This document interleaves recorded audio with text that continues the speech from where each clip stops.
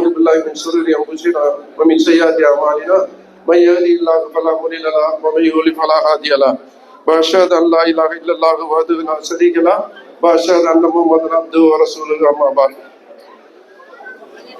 எல்லாம் வல்ல ஏக இறைவனின் நல்லடியார்களே, உங்கள் அனைவரும் மீது ஏக இறைவனின் சாந்தியும் சமாதானம் உண்டாகட்டுமாக. என்னுடைய மகன் பேசுனதை பார்த்துருப்பிய, ஏன்னா அவருக்காக நான் கொஞ்சம் வலிவிட்டேன். உண்மையிலேயே கொஞ்சம் பேசி ஸ்டடி பண்ணிட்டேன். நாங்கள்லாம் போய் எங்கள் ஊரில் போய் செட் ஆயிருந்தேன். இனி அவங்க தான் உங்களெல்லாம் பார்த்துக்கணும்னு சொல்லித்தான் நான் வலி விட்டேன். இருந்தாலும் பரவாயில்ல, சூப்பராக பேசினாப்புல. இங்கிலீஷ் கொஞ்சம் இங்கிலீஷில் பேசிட்டான், அதான் வேற ஒன்றும் கிடையாது. நம்மெல்லாம் இங்கிலீஷ் தெரியாது, இந்த மாதிரி டாக்டர் மாதிரி ஆளுகளுக்கு தான் இங்கிலீஷ் தெரியும். அவன் பேசுனது சத்தியமா எனக்கு தெரியாது, எனக்கு புரியல எனக்கு. ஆனா தீனா நம்மளுக்கு கொஞ்சம் உதவி பண்ணாரு, ரொம்ப சந்தோஷம். எங்க ஆளக்கான தீனாவை அது சரி, அப்படியா, சரி, ஓகே, சந்தோஷம். நம்ம உங்களுடைய நான் நினைச்சு எதிர்பார்க்கல, இல்லாட்டி உண்மையிலே பெரிய கால் பிடிச்சிருப்போம். ஏன்னா நம்ம இந்த தஸ்மா டீச்சர் சொசைட்டி உங்களுக்கு தெரியும், குத்தகைக்கு எடுத்த மாதிரி எல்லா வாரமும் நம்ம தான் நிகழ்ச்சி பண்ணிட்டு இருக்கிறோம். ஏன்னா இங்க நம்ம யாராவது அரசியல்வாதிகள் இல்லை வேற யாராவது முக்கியமான முஸ்லீம்கள் நிகழ்ச்சி, ஏதாவது மதம் சார்ந்த நிகழ்ச்சிகள்லாம் நடந்துச்சுன்னா ஒரு 300 பேரை 200 பேரை கொண்டு வரேன்னா ரொம்ப கஷ்டமா இருக்கு. அதுக்காக அலிபாய் ரொம்ப படாத பாடுபட்டு வண்டியை வச்சு அந்தந்த கேம்ப்ல இருந்தா கொண்டுட்டு வந்துட்டு இருப்பாங்க. ஆனா இன்னைக்கு என்னன்னு தெரியல, நான் எதிர்பார்க்கவில்லை, 1000 பேருக்கு மேல உட்கார்ந்துருக்காங்க. நிக்க இடம் இல்லைங்குமே, எனக்கு ரொம்ப வேதனையா இருக்கு, என்ன செய்யறதுன்னு தெரியல. சாரி, நான் எங்க மேல தப்பு கிடையாது, உங்க மேலதான் தப்பு. ஏன்னா நீங்க எந்த நேரம் வர்றீங்க, எப்போ போறீங்கன்னு எங்களுக்கு தெரிய மாட்டேங்குது. அதான் பிரச்சனை இது. ஏன்னா இந்த முன்னாடி உட்கார்ந்துருக்கிறாங்களா, இவங்க தான் எங்களுக்கு கண்டிப்பா கஷ்டமா தான் இருக்கிறாங்க, வந்துட்டு போயிட்டு இருக்கிறாங்க. நேரம் எந்த நிகழ்ச்சி கூப்பிட்டாலும் வந்துருவாங்க. ஆனா அந்த பின்னாடி இருக்கிறவங்க எல்லாம் எப்ப வருதுன்னு சொல்ல முடியல. ஆனா உங்களாலதான் நாங்க நிக்க வைக்க முடியாது. எனக்கு ரொம்ப வருத்தமா இருக்குது. அடுத்த டீனா கண்டிப்பா டீ சம்சான ஒரு 2000 சம்சா ஒரு 600 டீ சொன்னோம். ஆனா உள்ள கொண்டு கொடுக்க முடியாதுன்னு சொன்னா சரவணன் என்ன செய்யணுமோ செஞ்சு உங்கள்கிட்ட ஒப்படைச்சிட்டேன்னு சொல்லிட்டு அதை வெளியே கொடுத்து ஏதாவது செய்வோம். ஏன்னா நிகழ்ச்சி நடக்கிற கெட்டு போயிரு, டீ கொடுத்தான்னு சொன்னாலும் சரி, ஓகே, பாத்துக்கிறேன்னு சொல்லிட்டேன். அதனால நான் என்ன சொல்றேன்னு சொன்னா, நல்லா கேட்டுக்கிறேங்க. மனுஷன் வாழ்றது நம்ம சந்தோஷத்துக்காக வாழ்ந்துட்டு இருக்கிறோம்.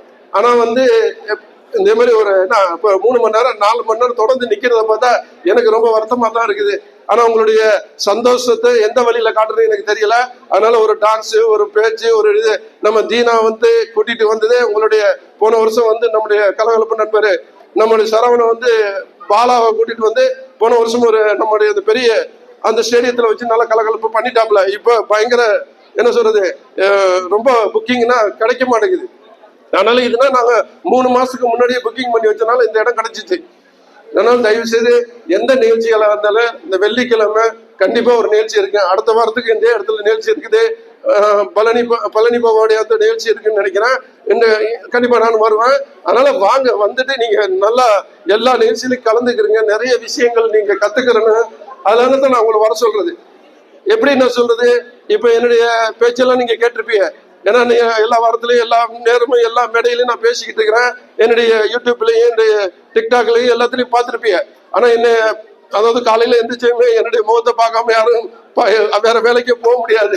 அந்த அளவு கண்டிப்பா அதுக்கு காரணம் இதே மாதிரி டாக்டர் நம்முடைய டாக்டர் மற்ற தீனா இன்னும் முக்கியமான பிள்ளைகள்லாம் வர்றதுனாலதான் அவங்கள வச்சு நானும் ப்ராப்ளம் ஆகிட்டு இருக்கிறேன். அவங்களுக்கு என்னுடைய மனமார்ந்த நன்றியை சொல்லிக்கிறேன். அதே மாதிரி வித்யாசாகர் சொல்ல வேண்டாம், அவரு சும்மா சொல்லக்கூடாது.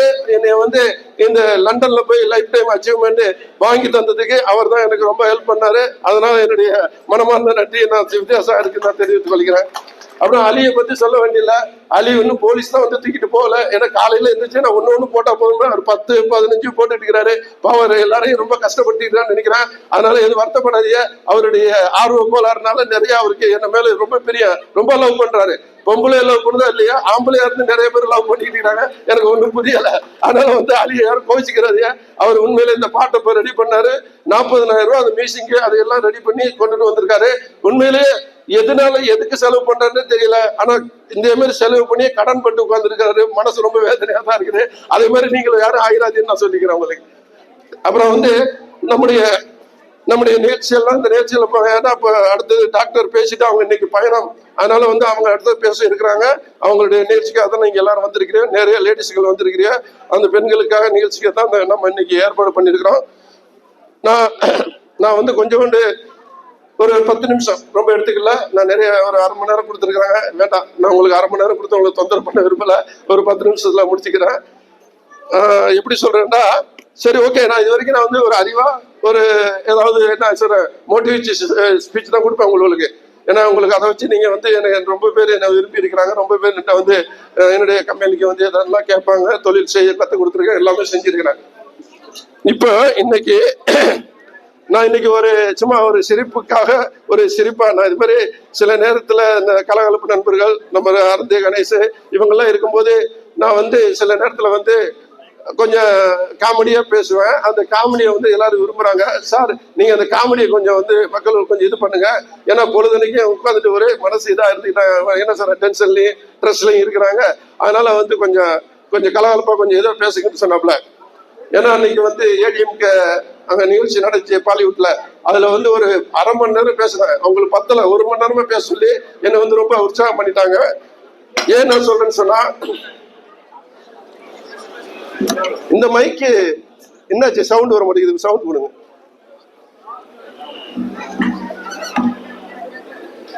ஹலோ,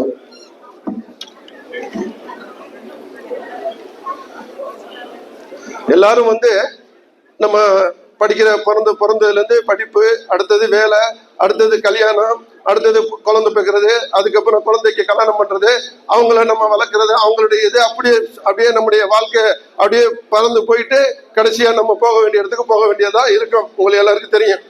இதுல என்ன நம்ம எந்த கட்டத்தை நம்ம ரசிக்கிறோம்னு சொன்னா, இந்த 20ல இருந்து ஒரு 25 வயசு இருக்கு பாருங்க. இந்த படிச்சு முடிஞ்சதுக்கு அப்புறம் இந்த எப்படி சொல்றது, திருமணம், இதுதான் ரொம்ப முக்கியமான கட்டம். எல்லா ஆண்களுக்கும் எல்லா பெண்களுக்கும் திருமணங்கிறது ஒரு முக்கியமான கட்டம். இந்த கட்டம் வந்து எப்படி இருக்குன்னு சொன்னா, நல்லா கேட்டுக்கிறீங்க, எல்லாருக்கும் நடந்திருக்கும். ஏன்னா பெண்ணு பார்க்க ஒரு கல்யாணம் பண்றதுக்காக நம்ம வந்து நிறைய பெண்களை பார்த்துட்டு இருப்போம். பெண்களை நம்ம எல்லாருமே ஒரு அழகான பொண்ணை தான் எதிர்பார்ப்போம். எல்லாருக்குமே அழகு தான் தேவை இருக்குது. அதனால அழகான பொண்ணை தான் நம்ம தேடிக்கிட்டு இருப்போம். நம்ம காலேஜுக்கு போவோம், அல்லது ஒரு எங்கேயாவது வேலை பார்க்குற இடத்துல இருப்போம். எங்கேயாவது எதாவது ஒரு பொண்ணு, ஒரு நல்ல ஒரு அழகான பொண்ணு கிடைச்சிச்சுன்னா அதை நம்ம கல்யாணம் பண்றதுக்கு முயற்சி பண்ணுவோம். ஒரு நண்பருக்கு எனக்கு தெரிஞ்ச ஒரு நண்பர் வந்து அவர் வந்து நல்ல கம்பெனில வேலை முடிஞ்சு அவர் நல்ல கம்பெனில ஒரு 50,000 சம்பளத்துல இருக்கிறாரு. அவருக்கு வந்து ஒரு 20ல இருந்து ஒரு 25 வயசு நெருங்கி போயிட்டு இருக்கு, 26, 27 போயிட்டு இருக்குது. அவர் ஒரு பொண்ணு பாக்குறாரு, பொண்ணு கிடைக்க மாட்டேன். அவரு டேஸ்டுக்குள்ள பொண்ணு கிடைக்கல. அப்ப அவர் கேட்கிறாரு, என்னடா இது, நம்மளும் எவ்வளவு பேர் எல்லாம் கல்யாணம் பண்ணிட்டா, நமக்கு இப்படியே தான் இருக்குமா, நம்ம வாழ்க்கை இப்படிதான் ஆகுமா, நம்ம எப்ப கல்யாணம் பண்றதுன்னு சொல்லி யோசனை பண்றாங்க. அப்ப வந்து அவருடைய ஃப்ரெண்ட சொல்றாப்புல, டேய் மாப்பிள்ள, ஏதாவது நீனாவது பாடுற, ஏதாவது ஒரு பொண்ணு நல்ல பொண்ணா பாடுறாங்க, அவன் கொண்டு போய் காட்டுற பொண்ணு அவனுக்கு பிடிக்க மாட்டேங்குது. அப்ப அப்பா அம்மா சொல்றாங்க, இதுக்கு மேல வயசு உனக்கு 28 ஆயிடுச்சு, இதுக்கு மேல நான் கல்யாணம் பண்ணாம இருக்க முடியாது, எங்களுடைய வயசு அதிகமாகுது, நீ கண்டிப்பா இந்த ஒரு வீட்டுல ஒரு பொண்ணை பார்த்துருக்கோம், இந்த பொண்ணை நீ கல்யாணம் பண்ணி தான் ஆகணும்னு சொல்றாங்க. அப்ப அந்த பையன் வேற வழி இல்ல, நம்ம தேடி பார்த்து கிடைக்கல. சரி ஓகே, அம்மா அப்பா சொல்ற பொண்ணையாவது கல்யாணம் பண்ணுன்னு சொல்லிட்டு அந்த சரிம்மா நான் வர்றேன், பிரச்சனை இல்லை, அந்த பொண்ணை கட்டுறதுக்கு நான் ரெடின்னு சொல்லிட்டாப்ல. பாருங்க அவனுடைய துரதிஷ்டம் என்னன்னு பாருங்க. 28 வருஷம் தேடாத பொண்ணு, அவன் பொண்ணு பார்க்க போறான். அம்மா, அவங்க தங்கச்சி, அவனுடைய ஃப்ரெண்ட் எல்லாம் ஒன்னா போறாங்க. போற நேரத்துல ஒரு குறுக்க ஒரு பொண்ணு போகுது. பார்த்தா ரொம்ப அழகா இருக்குது, ரொம்ப சூப்பரா இருக்குது, அவனுக்கு பிடிச்சு போச்சு. இந்த பொண்ணு அப்படியே எங்க அப்பா இவ்வளவு நாளும் தேடி இந்த பொண்ணு கிடைக்கலடா, இன்னைக்கு இந்த பொண்ணு நம்ம முன்னாடி, அது இவ்வளவு நாளும் நம்ம அப்பா அம்மாட்ட சொல்லி அவங்க இன்னைக்குதான் அவங்கள்ட்ட ஒத்துக்கிட்டு போறோம், இந்த பொண்ணு போகுதா, என்னடா செய்யுது. அப்பா ஃப்ரெண்டு சொல்றான், டேய் எப்படியோ நீ எனக்கு தெரியாது, நான் அந்த பார்க்க போற பொண்ணை நான் கேன்சல் பண்ணிடுறேன், இந்த பொண்ணு எங்க இருக்க தேடி பிடிச்சா அட்ரஸை வாங்கிட்டு வந்துரு, அந்த பொண்ணு தான் எனக்கு கல்யாணம் பண்ணு எனக்கு ஆசையா இருக்குது, இந்த பொண்ணை தேடி போய் எப்படியா நீ வாங்கிட்டு வரான்ட்டு இவன் பைக்கை கொடுத்து கொஞ்சம் வசதியா இருக்கிறான், பைக்கை கொடுத்து அனுப்புறான். அவன் அந்த பொண்ணு வீடு எங்க இருக்குன்னு தேடி போய் பார்த்துட்டு எல்லாம் பார்த்துட்டு பேசிட்டு, அந்த பொண்ணு கல்யாணம் ஆகாத பொண்ணு தான், சரி ஓகே முடிச்சிடலான்னு சொல்லிட்டு இவன் ஃப்ரெண்ட்ஸு, இவன் வந்து அந்த அம்மா அப்பா வந்து பாக்குற பொண்ணு வீட்டுக்கு போயாச்சு. அந்த வீட்டுல போனது, அந்த வீட்டுல போய் பொண்ணை பாக்குறான். இவன் மனசுல என்ன, இந்த பொண்ணு தான் இருக்குது, அங்க உள்ள பொண்ணை பார்க்கல. அப்புறம் எல்லாரும் எப்படி எல்லா வீட்லயும் அந்த சாப்பாடு எல்லாம் முடிஞ்சதுக்கு வர பொண்ணை கூட்டிட்டு வாங்க, பொண்ணை கூட்டிட்டு வந்து பாக்குறான், அந்த பொண்ணோட இந்த பொண்ணு சூப்பரா இருக்கு. என்ன செய்ய முடியும்?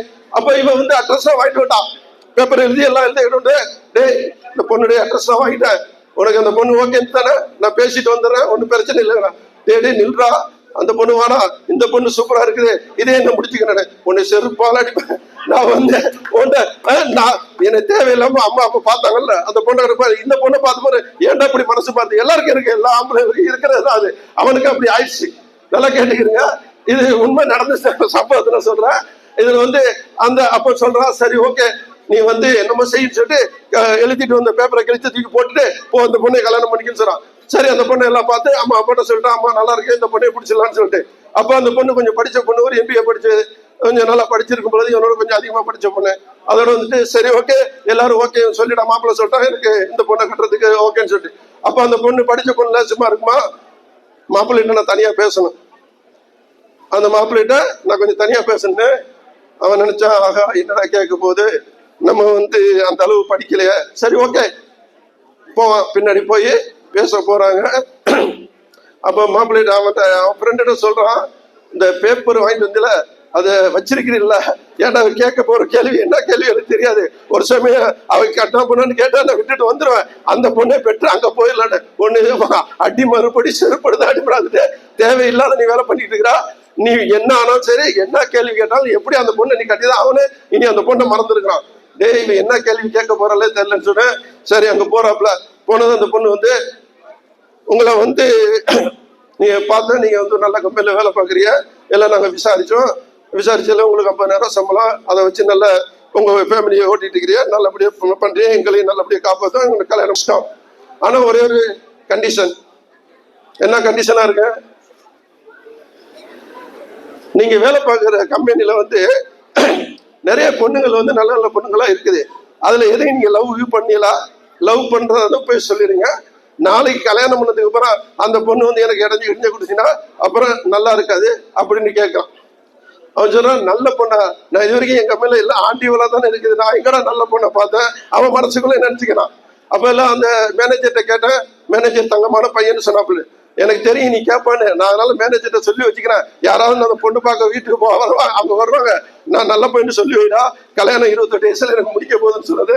சரின்னு சொல்லிட்டு அவர் சொல்றதை வச்சு சொல்லிட்டு சரி அங்க ஒரு போய் சொல்லிட்டு வந்தான், அவனு சொல்லிட்டான், சரி ஓகே. அப்புறம் என்னம்மா அடுத்த கொஸ்டின் என்னம்மா, எனக்கு 2 தங்கச்சி இருக்குது, நல்லா கேட்டுக்கங்க, எல்லா வீட்லயும் நடக்கிற விஷயம் தான். அவன் அந்த பொண்ணு சொல்லுது, என்ன கல்யாணம் பண்றது பத்தி பிரச்சனை இல்லை, எனக்கு 2 நாள் தங்கச்சி, அழகான தங்கச்சி இருக்குது, தங்கச்சிட்ட வந்து நீங்க தேவையில்லாம பேசக்கூடாது, அடிக்கடி பேசுற வேலைன்னா வச்சுக்கூடாது, தங்கச்சியே கொஞ்சம் நீங்க உங்க தங்கச்சி மாதிரி பாத்துக்கணும். சரி ஓகே அப்பதான் நினைச்சிட்டு சொல்றான், சரி ஓகே நீ சொல்ற மாதிரியே பாத்துக்கிறேன், எனக்கு ஒரு தங்கச்சி இருக்கு, அதே நீ வந்து என் தங்கச்சி மாதிரி நீ பாத்து, உன் தங்கச்சி மாதிரி நீ பாத்துக்கணும், நீ உன் வீட்டுக்கு வந்து சொன்னா நீ வந்து என் தங்கச்சி எப்படி நடத்துற அதே மாதிரி உன் தங்கச்சியை நான் நல்லபடியா பாத்துக்கிறேன்னு. யாரு வீட்லயாவது நடக்குமா?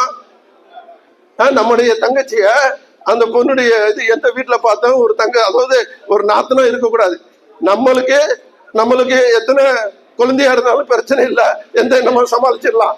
ஆனா அவன் நம்ம தங்கச்சி வர்றாங்க, ஒரு தங்கச்சி இருந்துச்சுன்னா என்ன அந்த வீட்டுல நடக்க யோசனை பண்ணி பாருங்க.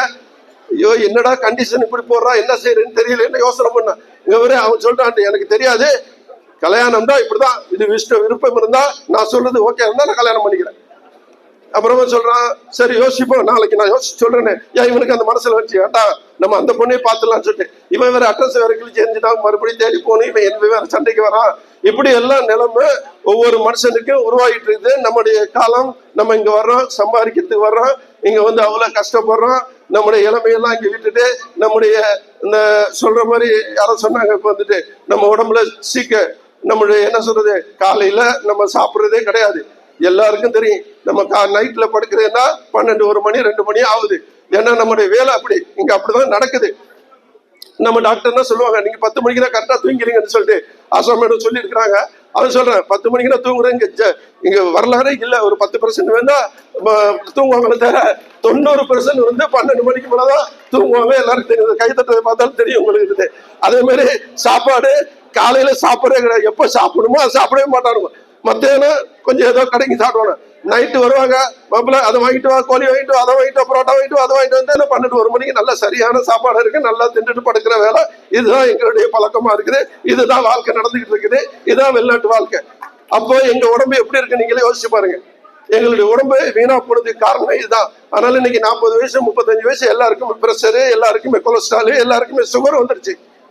அப்போ நாங்க என்ன செய்யறது, நாங்க எங்க போறது, யார்கிட்ட போய் சொல்றது? அதனாலதான் உங்களை கூட்டிட்டு வந்திருக்கோம். ஏதோ எங்க மக்களுக்கா நீங்க ஏதாவது சொல்லி அவங்களுடைய குறைகளை கொஞ்சம் தீர்த்து வைங்க. அதான் சொல்றேன், இப்படி எல்லாம் நம்முடைய வாழ்க்கை போயிட்டு இருக்கு. எல்லாருமே கல்யாணம் முடிச்சிருப்போம், எல்லாருமே பொண்ணு ஒரு நம்ம குடும்பத்துல சேர்ந்திருக்கோம். அந்த பொண்ணோட நம்ம வாழ்க்கை நடந்து குழந்தைய பெற்றிருக்கிறோம். அந்த குழந்தைய நம்ம டிவிலையும் இதுலயும் நம்முடைய மொபைல்ல இதுலயும் பார்த்துட்டோம். நம்ம வாழ்க்கை நடத்திட்டு இருக்கிறோம். எத்தனை பேர் காசு உள்ளவனா அவன் குடும்பத்தோட சந்தோஷமா அங்க இருக்கிறான். ஆனா நம்மளால இருக்க முடியல. எப்படி, என்ன காரணம்? நம்ம என்ன பாவம் செஞ்சோம்? ஏன் நம்மளுக்கு இந்த நிலைமை?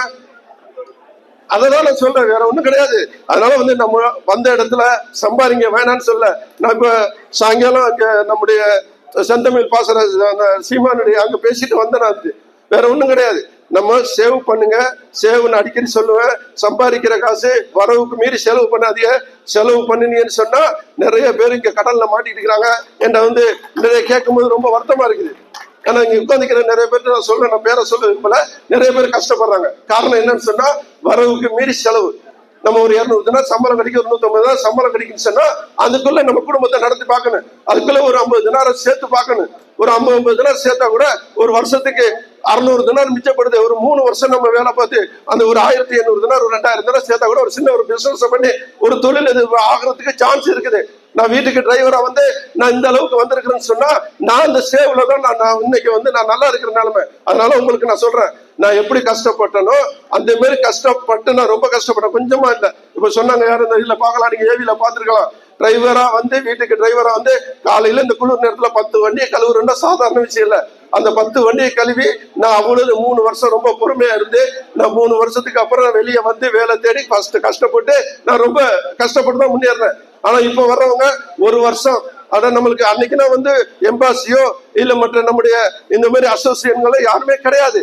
நாங்கெல்லாம் வெளியே வர்றாச்சுன்னா யாரு காலையாவது பிடிச்சி அந்த அரபிகள் காலை பிடிச்சோ இல்ல யாரு காலையை பிடிச்சுதான் வெளியே வர வேண்டியா இருக்கேன். ஆனா இன்னைக்கு அப்படி இல்ல. நான் வெளியே வர மாப்பிள்ள நீ 1 வருஷம் விசா கொடுக்கும் போது சொல்றது, நீ 1 வருஷம் வேலை பாரு, லைசன்ஸ் எடுத்துரு, நீ வெளியே வா, நான் பாத்துக்கிறேன். இங்க எம்பாசி இருக்குது, அது இருக்கு, இது இருக்குன்னு சொல்லி புரோக்கர் இங்க இருக்கிற சில அங்க என்ன சொல்றேன்னு தெரியல, தன்னுடைய நண்பர்களை எப்படியா கொண்டு எப்படியா வெளியாக்கி என்னமா செய்யன்னு சொல்லிட்டு எம்பாசியில போனா இன்னைக்கு எம்பாசியில அவ்வளவு கேஸ் குமிஞ்சு கிடக்குது. பாவம் அந்த சாத்தியம் அவர் சமாளிக்க முடியாம டெய்லி ஒரு கேஸ் 2 கேஸ் 3 கேஸ் அடிப்படை பிரச்சனை. அது என்ன அவர் உண்மையிலே நான் தென்காசியில அவரும் நான் ஒரு நிகழ்ச்சியில கலந்துக்கிட்டோம். அப்ப நான் ஹோட்டலுக்கு வந்துட்டேன். அவர் கொஞ்சம் நான் வீட்டுக்கு போயிடுறேன். கொஞ்ச நேரம் காலையில பாக்குறேன் ஒரு ஹாஸ்பிட்டல் இருக்கிறாரு. என்ன விஷயங்க, என்ன ஹாஸ்பிட்டல் என்ன காரணம் சொன்னா யாரோ ஒரு 4-5 பேர் என்ன அடிச்சு போட்டு போயிட்டானுவ. பாருங்க, ஒரு எம்பாசில வேலை பார்த்தவருக்கு, அவர் நல்லது செஞ்ச மனுஷனுக்கு இங்க ஒரு கேஸ பிரச்சனை பண்ணிட்டு போயிருக்கிறான். அந்த கேஸை சரி பண்ணி அனுப்புனதுக்கு அங்க வச்சு இவரை தாக்கி இருக்கிறாங்க. அப்ப அவர் எவ்வளவு வேதனைப்பட்டிருக்கு யோசிச்சு பாருங்க. நம்ம வேலை பார்க்குற இடத்துல நல்லது செஞ்சவனுக்கு அங்க அவருக்கு தண்டனை அங்க கிடைக்குது. என்னத்த சொல்லுன்னு தெரியல. அநியாயம் பண்றானுவோ அங்க இந்தியாவில். எதையும் கேட்கறதுக்கு நான் இது இல்லை, யாரும் இல்லை. அங்க சட்டம் திட்டம் ஒண்ணுமே சரியில்லை. அந்த இப்படி ஒரு நிலைமை வராது. இந்த பாருங்க, ஒரு கஞ்சா கொண்டுட்டு வந்தான், ஒரு அபீனை கொண்டுட்டு வந்தான்னு சொல்லிட்டு 2 பேருக்கு தூக்க தண்டனை அறிவிச்சுட்டான். அங்கே அதே மாதிரி செய்ய முடியும்? செய்வானா? கொலை பண்றான், பட்ட பகல்ல விட்டு வெட்டுறான், பட்ட பகல்ல கற்பழிக்கிறான், பட்ட பகல்ல எல்லாமே செய்யறான், திருடுறான். அவனுக்கு சரியான தண்டனை இல்லை. இந்த நாட்டுலயே எப்படி இருக்குது? இந்த நாடு ஏன் நல்லா இருக்குது? நல்லா இருக்கிறதுக்கு காரணம் இங்க சட்டமும் நல்லா இருக்குது, இங்க இங்க இருக்கிற மன்னர்களும் நல்லபடியா ஒரு நாட்டை நடத்திக்கிட்டு இருக்கிறாங்க. அங்க அந்த மாதிரி இல்ல. இந்த நிலவரம் அங்க மட்டும் நல்ல மன்னர்கள் இருந்தாங்க பாருங்க. இந்த நாட்டுல எல்லாமே இலவசம், படிக்கிறது இலவசம், சாப்பாடு இலவசம், எல்லாமே இலவசமா கொடுக்குறாங்க. நம்ம உழைச்சாதான் அங்க சாப்பிட முடியுங்க, இல்ல முடியாது. எவனும் ஒத்தனும் ஒன்று தரத்துக்கு ஒண்ணு இல்ல. நம்ம இருக்கிற காசை புடுங்கிறதுக்கு நம்ம கவர்மெண்ட் இருக்கிறத தவிர நம்மளுக்கு உதவி செய்யற எந்த கவர்மெண்ட்டுமே இல்லை.